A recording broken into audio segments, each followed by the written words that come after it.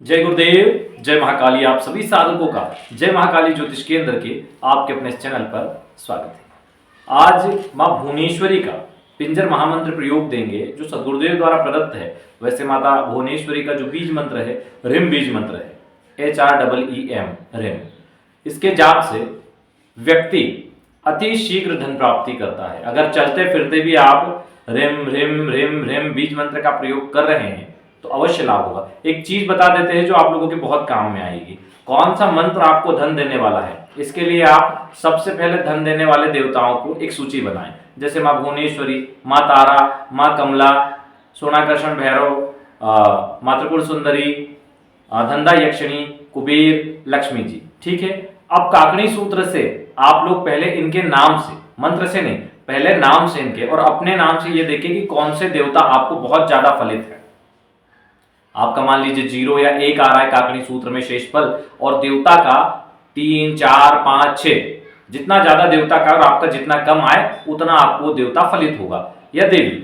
ठीक है, वो देख लें। फिर उसके मंत्र से भी काकणी सूत्र निकाले कि एक देवी देवता के बहुत सारे मंत्र होते हैं, तो आप देखें कि उनका कौन सा मंत्र आपको फलित है, उस मंत्र की साधना करें। और चलने फिरने में भी आप एम आता है, श्रीम आता है, रेम आता है, क्लिंग आता है, क्लिम आता है, वो कर लें। और चलते फिरते भी उसका प्रयोग करो, जीवन में चमत्कार देख लो। देखो, ये बड़ी गुप्त और शोध के विषय से प्राप्त चीजें हैं जो बहुत शोध के बाद हमने प्राप्त की है, जीवन में उतारी है। इनके जबरदस्त प्रभाव देखे हैं तो ही देते हैं। आप करो, लाभ ना हो तो कहना। लेकिन व्यक्ति क्या करता है, आजकल हमने बहुत से लोगों को देखा है, उनको बस शिष्य बनना है। शिष्य बनना उन्हें आता नहीं है। शिष्य वो होता है जो किसी को मन से भी गुरु मान ले और उनकी बातों पर गौर करके शोध करना शुरू कर दे। उनकी बताई हुई चीजों पे अगर इन्होंने ये बोला है तो 100% ये चीज काम करती होगी। मैं प्रयास करके देखूंगा, मैं अंत तक जाके देखूंगा ये सही है कि नहीं है। एक बार नहीं, 10 अलग अलग चीजों की इन्होंने एक बताई, मैं 10 चीजों के शोध करूंगा, मैं 10 शक्तियों की शोध करूंगा और फिर वो पता करे कि क्या सही है। 100% वो संतुष्ट हो जाएगा। अब आजकल शिष्य क्या बन गए हैं, हमें गुरु मिल जाए, कोई साथ में गोद में बिठा के सिखा दे, सामने बिठा के सिखा दे। भाई इतना टाइम किसी के पास नहीं है, ना आप उस लायक हो, ना आपको इतना कोई टाइम देगा। बहुत से लोगों को लगता है कि फिर कैसे सीखेंगे, वैसे ही जैसे हम सीखें, वैसे ही जैसे अन्य लोग सीखें। भाई जब आप गुरु को आत्मा से जोड़ लेते हो, भाव से जोड़ लेते हो, वो आपके अंतर आत्मा से आपका मार्गदर्शन करते हैं, आपका स्वप्न से मार्गदर्शन करते हैं और आवश्यकता पड़ने पर समकालीन समकक्ष आकर आपका मार्गदर्शन करते हैं। आप में वो चिंतन, वो भाव, वो शिष्यत्व आना चाहिए। वो शिष्य तत्व आपके अंदर समाहित होना चाहिए। आपका गुरु में भाव ही नहीं। कई लोग हमारे पास आते हैं, गुरु दीक्षा, हम लोग गुरु जी बोले किन से, उन्हें 15 मिनट तक नाम नहीं याद आता उनके गुरु का, और आ भी जाता तो गुरु मंत्र भूल जाते हैं। फिर हम पूछते चलो गुरु मंत्र, हमने गुरु दीक्षा ली तो आपने क्या किया पहले, तो बोले हमने तो सीधे भूतनी का अनुष्ठान कर दिया, हमने सीधे चुड़ैल का अनुष्ठान कर दिया, हमने सीधे महाविद्या अनुष्ठान, गुरुजी ने बताया कर। अब गुरु भी अंधा, चेले भी अंधे। कोई भी समझदार गुरु अपने शिष्य को सबसे पहले गुरु मंत्र अनुष्ठान की आज्ञा देता है और गुरु मंत्र के पूर्ण अनुष्ठान के बाद ही वह उसे स्टेप बाय स्टेप साधना की अनुमति देता है कि उसके बाद गणेश साधना की जाए, कुल देवी देवता, पितृ और भैरव साधना की जाए। तभी तुम्हारे लिए तंत्र की महाविद्याओं के द्वार खुलेंगे। किसी भी कार्य के लिए आपको उसके लायक बनना पड़ता है। मान लीजिए आपको 12वीं की परीक्षा देनी है तो आपको शुरू में 10वीं 11वीं ये परीक्षाएं तो देनी पड़ेगी ना, शुरू से आखिरी तक। क्या आप पहली कक्षा में बैठे बोले नहीं मुझे 12वीं की परीक्षा देनी, क्यों? क्योंकि आप उसके लायक नहीं हो। तो वैसे ही महाविद्या या अन्य साधनाओं को करने के लिए व्यक्ति को उसके लायक बनना पड़ता है। बिना लायक आप साधना करोगे या तो नुकसान कर लोगे, या तो फिर कुछ मिलने वाला नहीं हाथ में, फिर या तो गुरु के दोष दोगे या फिर किसी और को दोष दोगे। ज्यादातर असफल होने वाले या तो मंत्र को दोष देते हैं या गुरु को दोष देते हैं, जबकि हकीकत यह है कि उनका मार्गदर्शन या तो गलत है या जो बताया वो किया नहीं गया, या किया तो उनमें कमियां हैं, उनको पूरी नहीं की। देखो हमारे साथ की बात बताते हैं। जब हम सतगुरुदेव से जुड़े, खैर सतगुरुदेव को तो कभी समकक्ष मिल नहीं पाए। सर्वप्रथम गुरुदेव जो गुरुदेव अरविंद शिमाली जी, उनसे भेंट हुई और तंत्र के क्षेत्र में, और तब से ही गुरुदेव से बड़ा लगाव हो गया। और उसके बाद से कोई सामने बिठा के तो सिखाया नहीं, बस जैसे जैसे मार्गदर्शन मिला कि ऐसे ऐसे साधना करते हैं शुरू हो गए। हमने कुछ लोगों को ढूंढा, कुछ वरिष्ठ गुरु भाइयों को ढूंढा, उनसे मिलने के लिए केवल हफ्ते में 1 दिन हमें समय मिलता था और 1 दिन में वो केवल 1 मंत्र हमें देते थे। और कहते थे कि विधि तुम बनाओ। मंत्र की विधि बनाते थे, मंत्र की क्रियाएं करते थे, और एक मंत्र को हम 3-3 महीने तक ट्रायल लेते थे, और उनसे अगर मिलना हो तो फिर हफ्ते में केवल संडे का इंतजार करो। तो 3-3 महीने तक अलग अलग चीजों पर उसका शोध करते थे। उसका शोध हम सात्विक तरीके से करते थे, तांत्रिक तरीके से करते थे, यंत्र के साथ करते थे, बिना यंत्र के साथ करते थे, और शमशान में करते थे। अलग अलग क्रियाओं में करते थे और देखते थे उसका रिजल्ट क्या है। उस समय लोगों को पकड़ पकड़ के पूछते थे कि तुम्हारी समस्या क्या है, तुम्हारी डिटेल दो, हम तो उसको हल करने का प्रयास करते। लोग देते नहीं थे, अरे नहीं बोले रहने दो, क्योंकि उस टाइम हम उस लेवल पे ही नहीं थे। आज तो लोग आके देते, साहब हमारी डिटेल कुछ करो, बोलते भाई 3 महीने बाद आना। क्यों? क्योंकि आज उस लेवल पे है। तो पहले आपको अपना वो लेवल बनाना पड़ता है।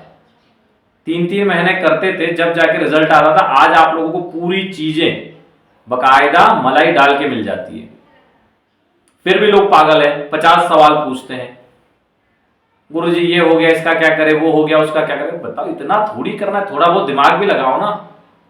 क्या होगा, गलती होगी ना, फिर उसको सुधारना। सब चीजें अगर हर चीज पूछ के करोगे तो हो गया उद्धार तुम्हारा। तुम तंत्र के क्षेत्र में बस उतना ही बढ़ पाओगे, समझ लो कदम 2 कदम, इससे ज्यादा नहीं। कुछ चीजें आत्ममंथन से भी प्राप्त होती है। जब साधना करो तो मंत्र जब करते हुए आपके अंदर जो विचार आते हैं, उनके जवाब भी उन विचारों में ही आपको मिल जाते हैं। आपकी आत्मा में बैठे हुए परमात्मा, आपके गुरु ही आपको जवाब दे देते हैं। एक कहानी हमने सुनी थी, आप लोगों को भी सुनाते हैं, शायद आपको गुरु की महत्ता का पता चलेगा, उसके बारे में समझेंगे, उसके बाद प्रयोग को देंगे। जो समझदार है वो इस विषय को जरूर समझेंगे कि गुरु की महत्ता क्या है, और गुरु चाहे कैसा भी हो उसके प्रभाव क्या होते हैं, गुरु का नाम और गुरु मंत्र का प्रभाव क्या है। एक जगह क्या होता है कि एक राजा थे, उनकी एक लड़की थी, और उसका मन शुरू से ही अध्यात्म में हो गया था, और वो अपने लिए उत्तम गुरु की तलाश कर रही थी। तो एक चोर को ऐसी बात पता चली कि राजकुमारी किसी गुरु की तलाश कर रही है। तो चोर ने एक भेष बनाया ढोंगी का, और वो पहुंच गया। शायद जहां तक हमें याद है, ये कहानी कहीं ना कहीं हमने पूज्य श्री राजेंद्र नाथ जी महाराज जी के द्वारा सुनी होगी, या कहीं और, हमें ध्यान नहीं है। तो उसके बाद चोर ने भेष बनाया और वो आया। तो बड़ी आध्यात्मिक जो लोग होते हैं ना, वो साधु संतों को देख के बड़े विनम्र हो जाते हैं, बहुत विनम्र। वैसे वो विनम्र रहते ही हैं, आध्यात्मिक मतलब विनम्रता ही हुआ। उन्होंने बोला कि महाराज आइए। उन्होंने बोला बेटा तू क्यों परेशान है, मुझे पता है तू गुरु की तलाश में। तो बोला महाराज बिल्कुल तलाश में। बोले कोई बात नहीं, मैं तेरा गुरु बनूंगा, तुझे क्या चाहिए। बोले प्रभु मुझे ईश्वर के दर्शन करना है, आत्मसात करना है। बोले कोई बात नहीं, करा देंगे। तू एक काम करना, तू कल जंगल में आना और सारे गहने वहने पहन के आना। बोले ठीक है गुरु जी, आ जाऊंगी। बोले उसने उसको गुरु मंत्र दे दिया, बोले आ जाना तू। अब वो आ गई। उन्हें बोला बेटा एक काम करो, तेरे गहने वहने सारी कीमती चीजें निकाल के एक साइड दे दे, इनसे त्याग करना है, इनसे मोह ना रहा। ठीक है, हमें ऐसा भी कोई मोह नहीं, निकाल के उसने सारा पटक दिया। बोले अब तू इस पेड़ के पास खड़े हो जा। अब वो खड़े हो गई, रस्सी से उसने बांध दिया। बोले अब एक काम कर, ये मंत्र जप, मैं तेरे को गुरु मंत्र दे रही हूँ, इसको जप, गुरु गुरु गुरु गुरु, बस ये करते रहना, और जब मैं आऊं तभी तेरे को खोलूंगा, उसके पहले निकलना मैं। बोले ठीक है। वो तो चोर ठहरा, उसने सामान उठाया, वो रवाना हो गया उसका। अब क्या हुआ कि कहीं ना कहीं नारद मुनि का वहां से घूमना हुआ। नारद मुनि ने देखा कि अरे ये तो परेशान हो रही। नारद मुनि ने दिव्य दृष्टि से देखा, तो बोले चोर बेवकूफ बना गया इसको, तो बोले गुरुजी के नाम से। तो वो नीचे आए, उन्होंने बोला बेटा तू ऐसे मत कर, ये ठीक नहीं है जो तेरे को ये बोल के गया है। बोले वो तेरा गुरु नहीं है, वो तो चोर है। बोले नहीं महाराज, गुरु तो गुरु है। बड़ी समझदारी और विनम्रता से उसने कहा कि गुरु ने बोला है कि यहाँ से हटना मत, तो जब तक गुरु नहीं आएंगे मैं हटूंगी नहीं। तो बोले ठीक है, अब क्या करें। गुरु की महत्ता समझना कि नारद जी वैकुंठ चले गए। गुरु नाम की महत्ता कि नारद जी वैकुंठ चले गए, और वैकुंठ जाकर उन्होंने भगवान विष्णु को कहा प्रभु देखिए क्या हो रहा है। भगवान ने देखा, बड़े आश्चर्य की बात है। बोले चलो ठीक है। भगवान स्वयं प्रकट हुए, तो उसने वहीं से प्रणाम कर दिया। बोले अहो भाग्य कि गुरु कृपा से भगवान के दर्शन हो गए। तो भगवान ने बोला बेटा वो चोर है और तेरे को इस तरीके से बेवकूफ बना के गया है, तो तू बोले अब मेरे दर्शन हो गए, तेरा जीवन वैसे भी धन्य हो गया, तू अब घर जा सकती है। बोला प्रभु कैसी बात कर रहा, गुरु आज्ञा के बिना कैसे चले जाऊं। जिस गुरु ने मुझे यहाँ पे बांधा है उसकी कृपा से 3 दिन में आपके दर्शन हो गए मेरे को, जबकि लोगों को 300 जन्म लग जाते हैं भगवान के दर्शन करने में। तो उस गुरु की बात को मैं कैसे टाल दूं। भगवान बड़ा आश्चर्य में हो गए। एक तरफ गुरु महिमा है, एक तरफ एक सच्ची गुरु साधिका है। तो गुरु की महिमा और गुरु साधिका और गुरु नाम बहुत महत्वपूर्ण है। ये महत्वपूर्ण नहीं है कि वो चोर है चकारा है। अब क्या हुआ, भगवान ने बोला नारद जी ढूंढ के लाओ, नारद जी पकड़ के लाए, चल भाई। तो फिर उसने जैसे तैसे छोड़ा और वो भी भगवान के साथ। अब बताओ, गुरु को मानने वाले ने गुरु को तार दिया, उसको भगवान के दर्शन करा दिए, और गुरु पे विश्वास करने वाली ने 300 जन्मों को तो छोड़ो, 3 दिन में भगवान के दर्शन कर लिए। ये संतों की वाणी है, ये संतों की वाणी है। नहीं, ये शायद राजेंद्र दास जी महाराज जी की नहीं है, एक और महाराज जी हैं, बहुत अच्छी कथा कहते हैं, मेरे नाम याद नहीं आ रहा है। हम जब फ्री रहते हैं तो रात को फिर 12 बजे से 1 बजे तक जब भी हमें टाइम मिलता है, 1 आध घंटे का, उनकी कथा सुनते हैं, भागवत कथा सुनते हैं, तो बहुत आनंद आता है। तो कभी बताएंगे उनका नाम, हम देख के बताएंगे आपको, नाम ध्यान में नहीं है, कथा में इतना मगन हो जाते हैं। तो बताओ, गुरु की ये महिमा है। अब आपका गुरु में तो बिल्कुल भाव नहीं है, आपका ध्यान कहाँ है कि सिद्धि प्राप्त करना है, उसका प्रयोग करके फेमस होना है। आपके दिमाग में ये चीज है। जहां गुरु के लिए भाव नहीं है, वहां सिद्धि के लिए भाव आएगा ही नहीं। हमारी ये कंडीशन, जब हम कोई सी भी साधना में बैठे, मन तो गुरु में ही लगा रहता है, गुरुमय मन रहता है। तो गुरु के प्रति भाव ना हो, जहां गुरु को याद करके जहां आपकी आंखें नम ना हो जाए, गुरु को याद करके जहां आपका गला ना भराए, वो उसके बिना गुरु के प्रति आपके भाव अधूरे। तो पहले गुरु महिमा को सुने, और गुरु की महिमा को सुनना है तो आप सदगुरुदेव डॉक्टर नरेंद्र सिंह माली जी के वीडियो बहुत सारे यूट्यूब पे डले हुए हैं, आप उनको देखिए और सुने कि क्या होती है गुरु की महिमा, गुरु से कैसे जुड़ा जाए, तब आप लोगों को समझ में आएगा। चलो, इस विषय पे ही बहुत देर हो गई, इतना बड़ा हमने तो सोचा था कि आप 3-4 मिनट में आज वीडियो खत्म करेंगे, लेकिन आप लोगों को ये बताना भी जरूरी था, क्योंकि साधना करना और साधना के भाव होना जरूरी है। आपके पास मोटरसाइकिल होना, मोटरसाइकिल में पेट्रोल होना, अलग अलग बातें हैं। मोटरसाइकिल होने से क्या धक्का लगा के चलाना पड़ेगा? पेट्रोल होगा तो बिना धक्के की चलेगी। वो भाव आपका वही पेट्रोल है, साधना वही मोटरसाइकिल है। आपको धक्का लगा के चलाना है कि बैठ के चलना है, वो आप पे निर्भर करता है। बैठ के चलने के लिए भाव होना जरूरी है। चलिए, तांत्रोक्त मां भुवनेश्वरी साधना, जो अखिल ब्रह्मांड में रिम बीज मंत्र, जो कि धन प्रदान करने का मुख्य बीज मंत्र है, अखिल ब्रह्मांड का स्वामी बनाने वाला मंत्र है। अब इस साधना को कैसे किया जाए? इस साधना में अंगूठे से तीखा अपने सर पे लगाया जाता है, हृदय पे लगाया जाता है और नाभि पे लगाया जाता है। इस साधना को शुरू करते समय आप पहले इसके लिए सफेद वस्त्र या पीले वस्त्रों का प्रयोग कर सकते हैं। उत्तरमुखी बैठना है, ठीक है। स्नान करके ब्रह्म मुहूर्त में भी कर सकते हैं, रात्रि काल में भी कर सकते हैं। उत्तरमुखी होकर बैठ जाएं। उत्तरमुखी होकर गुरु चित्र, श्री गणेश जी की या प्रतिमा या फोटो हो तो ठीक, नहीं तो गुरु चित्र पर्याप्त है। और गुरु गणेश जी का आप ध्यान कर सकते हैं, सिक्का सुपारी रख सकते हैं अगर फोटो चित्र नहीं। वैसे सब घरों में रहता है, हिंदू घरों में कोई दिक्कत नहीं है। दूसरा, माँ भुवनेश्वरी का चित्र या मूर्ति रख ले। माँ भुवनेश्वरी तांत्रोक्त यंत्र रख ले और भुवनेश्वरी माला रख ले। पवित्रीकरण आचमन करने के बाद अखंड दीपक प्रज्वलित करे, घी का दीपक का पूजन कर दे। एक चावल की ढेरी बनाए, उसके ऊपर कलश स्थापित करे, कलश का पूजन करे, उसके अंदर एक सिक्का और सुपारी डाले, कुमकुम चावल आदि से पूजन करके मानसिक रूप से ध्यान करे। समस्त देवता, यूं हाथ रख ले सीधा वाला, उसके ऊपर उल्टा हाथ, और समस्त देवता, देवी देवता, समस्त तीर्थ और पवित्र नदियां इसमें समाहित हो जाए, मैं आप सभी का आवाहन करता हूँ। ऐसा करके आप छोड़िए। देखो, एक बहुत अच्छी चीज बताते हैं, बहुत से लोगों को संस्कृत नहीं आती तो उनको लगता है कि हमारी साधनाएं अधूरी रह जाती है। ऐसा नहीं है। संस्कृत उस समय की मुख्य भाषा थी, इसलिए सारी चीजें संस्कृत में बनी। फिर जब गुरु गोरखनाथ का समय आया, गुरु मच्छिंद्र नाथ का समय आया, भगवान दत्तात्रेय के समय, तो जो भाषा थी वो सामान्य भाषा प्रचलन में थी, तो सारे मंत्र वगैरह विधियां विनियोग किसमें बने? उसी भाषा में सावर प्रयोग बन गए वो। तो भाषा महत्व नहीं करती, भाव महत्व करता है और आपका बोलना महत्व करता है। हर शब्द मंत्र है ये जानना। और आपने उस आवाहन को किया, उसके ऊपर नारियल 5 आम के पत्ते स्थापित किए, अपने जो लोटा है उसको भी, कलश को भी कलावा बांधा, नारियल को भी, और एक चुन्नी उड़ाई, पूजन कर दे। क्यों? क्योंकि सभी देवी देवताओं का उसमें निवास है, इनका पूजन आपको करना है। अंत में बहुत से लोग कहते हैं कि जब हम पूजन करते हैं किसी शक्ति का, तो उस कलश को अंत में क्या करना है? नारियल को तो आप विसर्जित कर दें बहते जल में, या फिर लाल कपड़े में घर में ऊपर बांध दें, ठीक है, क्योंकि मंत्रों के प्रभाव से वो आपको कार्य करेगी। अगर आपने धन प्राप्ति के लिए किया है, घर की सुख शांति के लिए किया है, तो अन्य कर्म के लिए नहीं। दूसरा, जल बचा है उसको पूरे घर में छिड़क दें ऊपर से नीचे तक, कलश वाले जल को, क्योंकि देवी देवताओं को इतने दिन, उसमें जितने भी दिन साधना की आपने उतने दिन उनका स्थापन रहा।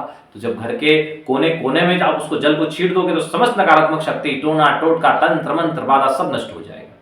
प्रत्येक साधना में से करें। जो भी साधक है हमारे, वो इन साधनाओं को करती है, आपको करना ही है।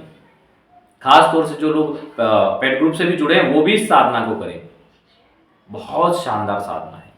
अब क्या करना है आपको, ये करने के बाद आप एक मिनट, आप हाथ में जल लेके पहले विनियोग कर लें, पूजन के पहले विनियोग कर लें। विनियोग आपको स्क्रीन पे दे रहे हैं, नोट कर लें।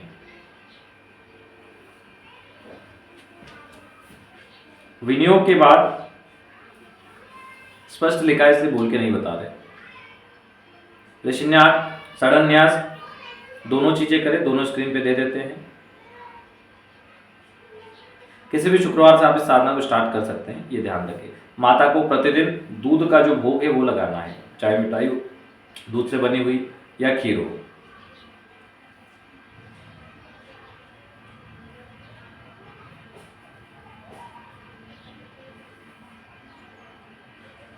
ध्यान भी देख लीजिए, ध्यान भी स्क्रीन पे दे दें।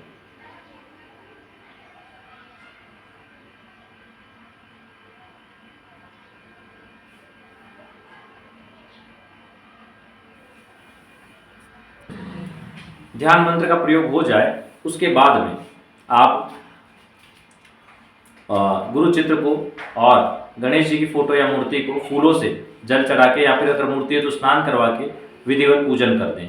पूजन करने के बाद में जो माँ त्रैलोक्य विजय माँ भुवनेश्वरी यंत्र को आप पहले स्नान करवा ले जल से, पंचामृत से, फिर जल से। फिर उसके बाद उसके ऊपर देखो पंचामृत 2 बार लगेगा। उसके बाद उस पर केसर से रिम बीज मंत्र लिख दें। रिम लिखने के बाद किसी पात्र में रख दें और उसके चारों कोनों पर भी रिम लिख दें। उसके बाद अपना उल्टा हाथ, लेफ्ट हैंड अपने हृदय पर रखिए और सीधा हाथ आप उस पर रखें, यंत्र पे। स्नान करवाने के बाद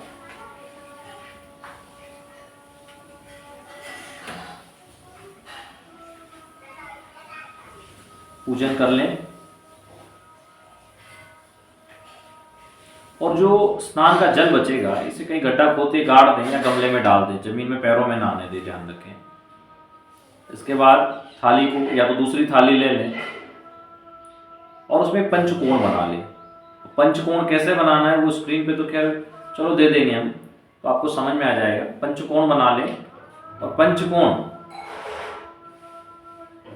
के कोनों के ऊपर सिंदूर से ही बनाना और सिंदूर से ही उन पे बिंदियां अंकित कर दें, या त्रिकोण अंदर भी अंकित कर सकते हैं। उनके मध्य में चावल की ढेरियां बना दें और उस पर यंत्र की स्थापना करें, बीच वाले में यंत्र स्थापित कर दें। इसके बाद यंत्र पर सिंदूर से ही 10 बिंदियां लगाएं, अक्षत पुष्प चढ़ाएं, सुगंधित धूप दीप दिखाएं, घृत का दीपक प्रज्वलित रहना चाहिए। अखंड चले तो बहुत अच्छा, नहीं तो साधना काल में तो चलिए। जहां पर 10 स्थानों पर आपने सिंदूर लगाया है वहां से थोड़ा थोड़ा सिंदूर लेकर अपने मस्तक पर लगा लें। इसके बाद थाली के चारों कोनों पर त्रिकोण बनाएं, जो बनाए हुए हैं आपने, उनमें प्रत्येक त्रिकोण पर एक छोटी छोटी चावल की ढेरी बनाएं और प्रत्येक पर एक एक लघु नारियल स्थापित कर दें। जो आपने ढेरियां बनाई रखी है उन पर ही थोड़ा उनको खड़ा कर दें। अगर चावल बिखेर गए तो उन्हें थोड़े और डाल दें और उनके ऊपर एक एक लघु नारियल स्थापित कर दें। लघु नारियल पर भी सिंदूर का तिलक करें। यंत्र के सामने 10 हकीक पत्थर रख दें, वो भी प्राण प्रतिष्ठित होने चाहिए।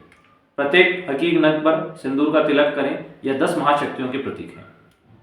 इसके बाद यंत्र के बाईं ओर चावल की ढेरी बनाकर मोती शंख स्थापित करें और दाहिनी ओर चावल की ढेरी बनाकर सिद्धि पद स्थापित कर दें। इन दोनों के भी संक्षिप्त पूजा करें, सिंदूर का तिलक करें, पुष्प समर्पित करें। पुष्प भी सबको समर्पित करना है। इसके बाद यंत्र के सामने दूध से बना हुआ प्रसाद रखें पंचामृत रखें। हमने बोला था कि बचा के रखना है, तो जो नहलाया उसमें से नहीं, पहले से ही अलग अलग करके रखें। नहलाने वाला अलग कर दें और भोग वाला अलग करें। इसके बाद पानी से भरा हुआ पात्र रख दें और फिर प्रयोग प्रारंभ करें। चूंकि आपने अंगन्यास करन्यास ध्यान आपका हो ही चुका है, आप सीधे 21 माला मंत्र जप करें। इसमें भुवनेश्वरी माला, स्फटिक माला का प्रयोग होता है। ये सभी चीजें इसमें विशेष रूप से तांत्रिक मंत्रों से प्राण प्रतिष्ठित होना जरूरी है। मंत्र आपको स्क्रीन पे दे रहे हैं, 21 माला जप करें। जब मंत्र जब पूरा हो जाए तब माँ भुवनेश्वरी की आरती कर दें। नहीं आती तो माँ दुर्गा जी की आरती भी कर सकते हैं, लेकिन 10 बत्तियां लगा के करना है। या तो आप बड़ा सा दीपक रखें जो अलग अलग 10 बत्तियों वाला होता है, वो लगाएं, या 10 दीपक थाली में लगा लें, खड़ी या आड़ी कैसी भी बत्ती लगाकर घी की, और उससे आरती कर सकते हैं माँ भुवनेश्वरी की। उसके बाद थोड़ा सा प्रसाद स्वयं ग्रहण कर लें और बाकी अपने परिवार वालों को बांट दें। बाहर देने के लिए नहीं, ये साधना का प्रसाद। इसके बाद तांबे या मिट्टी के पात्र में पीपल की लकड़ियां और गाय के उपले मिल जाएं तो प्रज्वलित करें और उनसे इसी मंत्र की 100 आहुतियों से हवन कर दें। घी का प्रयोग करें हवन में। माँ भुवनेश्वरी यंत्र के आसपास जो लघु नारियल वगैरह हैं, इन सबको एक सफेद रेशमी वस्त्र में बांधकर भंडार गृह या धन रखने के स्थान पर रख दें। जो हकीक पत्थर और सफेद अपना जो लघु नारियल है उनको, और जो यंत्र है उसको रेशमी कपड़ा तांबे के पात्र में बिछाकर पूजा स्थान में स्थापित करें। इस प्रयोग को आप 5 दिन या 11 दिन कर सकते हैं। इसके बाद जब प्रयोग संपन्न हो जाए उसके बाद ब्राह्मण भोजन या कन्या भोजन अवश्य करा दें। दुर्लभ विधि, दुर्लभ मंत्र और अति तेजस्वी साधना है ये। माँ भुवनेश्वरी साधना, माँ विंध्यवासिनी साधना, ये साधनाएं बहुत ही उच्च कोटि की साधना है और उच्च कोटि के साधक ही करते हैं। जिनकी बुद्धि पैशाचिक साधनाओं में होती हो, इनके बारे में विचार भी नहीं कर सकते। इन महानतम साधनाओं के बारे में वही व्यक्ति विचार कर सकता है जिसकी सोच विचार उच्च कोटि के हों, दिव्य हों।